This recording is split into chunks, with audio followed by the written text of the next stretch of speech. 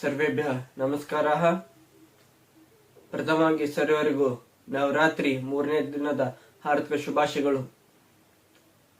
ಯಾ ದೇವಿ ಸರ್ವಭೂತೇಷು ಮಾತೃರೂಪೇಣ ಸಂಸ್ಥಿತ ನಮಸ್ತಸ್ತೆ ನಮಸ್ತಸ್ತೆ ನಮೋ ನಮಃ.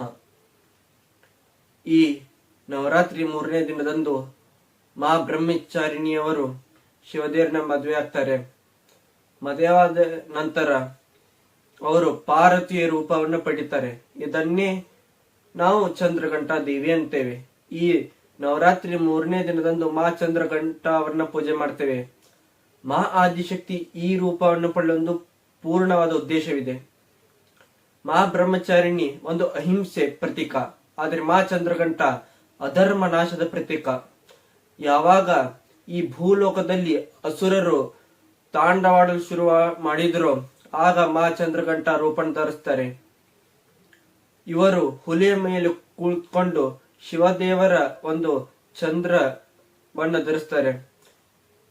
ಸರ್ವ ರಾಕ್ಷಸರನ್ನ ಸಂಹರಿಸಿ ಈ ಜಗತ್ತಲ್ಲಿ ಶಾಂತಿ ಸ್ಥಾಪನೆ ಮಾಡ್ತಾರೆ. ನಮ್ಮಲ್ಲಿ ಕೋಪ ನಾಶವಾಗಲು ಮತ್ತು ಶಾಂತಿ ಸ್ಥಾಪನೆಗೆ ಮಾ ಚಂದ್ರಘಂಟ ಅವರ ಆರಾಧನೆ ಪ್ರಮುಖವಾದದ್ದು.